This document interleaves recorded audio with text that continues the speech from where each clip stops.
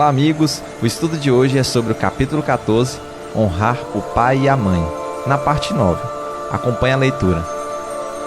Instruções dos Espíritos, a ingratidão dos filhos e os laços de família. Santo Agostinho, Paris, 1862. A ingratidão é um dos frutos mais imediatos do egoísmo e revolta sempre os corações honestos. Entretanto, a ingratidão dos filhos em relação aos pais tem um caráter ainda mais odioso. É particularmente sobre o ponto de vista da ingratidão dos filhos para com os pais que faremos a análise de suas causas e de seus efeitos. Também nessa questão, como em tantas outras, o Espiritismo vem esclarecer um dos grandes problemas do coração humano. Quando o espírito deixa a terra, leva consigo as paixões e as virtudes próprias de sua natureza. Retorna ao plano espiritual para se aperfeiçoar ou permanecer estacionário até que deseje se esclarecer. Muitos desencarnam levando consigo grandes ódios e desejos de vinganças que não puderam executar. Os que estão mais evoluídos conseguem perceber uma parte da verdade. Compreendem, então, os efeitos danosos de suas paixões e procuram se melhorar, reconhecendo que para chegar até Deus só existe um caminho, a caridade. Porém, não existe caridade sem o esquecimento das ofensas e das injúrias. Não existe caridade com ódio no coração, e não existe caridade sem perdão. Então, com um esforço muito grande, eles olham aqueles a quem odiaram na terra, e essa visão desperta seu rancor. A ideia de perdoar e amar aqueles que destruíram, talvez sua fortuna, sua honra, sua família, lhes revolta. Assim o coração desses infelizes está abalado.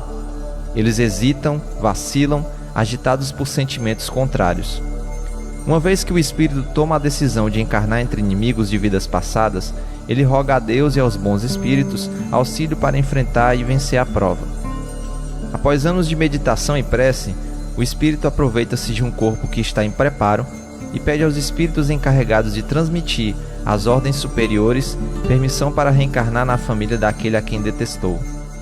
Realizará, na terra, o destino daquele corpo que acaba de se formar. Qual será, então, sua conduta nesta família? Ela dependerá da maior ou menor persistência em cumprir as resoluções tomadas antes de reencarnar. O contato incessante com aqueles a quem odiou é uma prova terrível, e muitas vezes o espírito fracassa se não tiver uma vontade bastante forte. Assim, conforme prevaleçam ou não as boas decisões que tomou, ele será amigo ou permanecerá inimigo daqueles em cujo meio veio viver. É desse modo que se explicam os ódios, as repulsas instintivas que se notam em certas crianças e que nenhum ato anterior consegue justificar. Para compreender essa antipatia, é necessário voltar os olhos ao passado, pois não existe nenhum fato nessa nova existência que possa explicá-la. Espíritas, compreendam o grande papel da humanidade. Compreendam que quando se gera um corpo, a alma que nele reencarna vem do plano espiritual para progredir. Cumpram com seus deveres e façam o que for possível para aproximar essa alma de Deus, mas façam com muito amor. Esta é a missão que foi confiada a vocês, e serão recompensados se cumprirem fielmente. Os cuidados, a educação que vão lhe dispensar, ajudarão no seu aperfeiçoamento e no seu bem-estar futuro. A cada pai e a cada mãe, Deus perguntará: o que fizeram do filho que lhes foi confiado? Se permaneceu atrasado por culpa de vocês, seu castigo será vê-lo entre os espíritos sofredores, pois sua felicidade dependia da dedicação que dispensariam a ele. Então, atormentados pelo remorso, pedirão uma oportunidade para repararem a falta.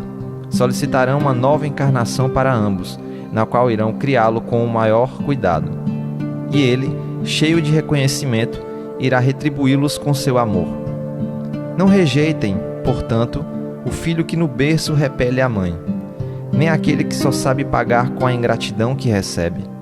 Não foi o acaso que o fez assim, como também não foi o acaso que o enviou para que dele cuidassem.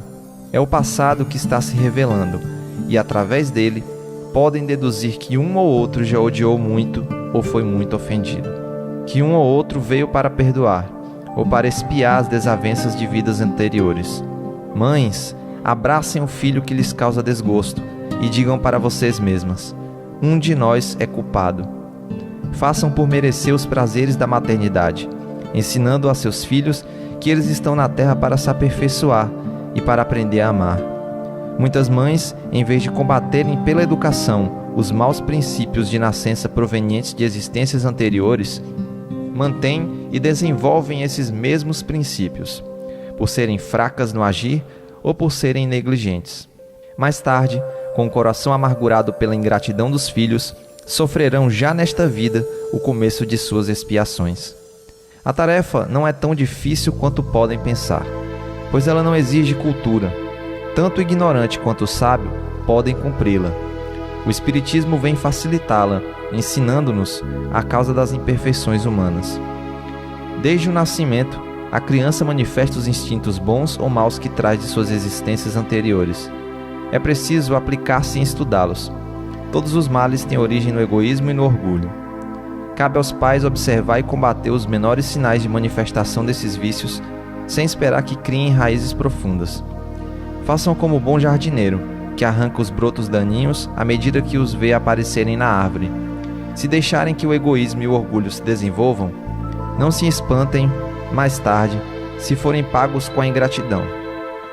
Quando os pais fazem de tudo o que podem para o adiantamento moral dos filhos, e ainda assim não alcançam o êxito, suas consciências devem ficar tranquilas, e o desgosto que sentem por verem todos os seus esforços fracassados é natural. Deus lhes reserva uma imensa consolação, na certeza de que isso é apenas um atraso momentâneo desse espírito. Será permitido aos pais terminarem em uma outra existência a obra começada nessa, e um dia o filho ingrato os recompensará com seu amor. Deus não dá a prova acima das forças daquele que a pede. Ele apenas permite aquelas que podem ser cumpridas.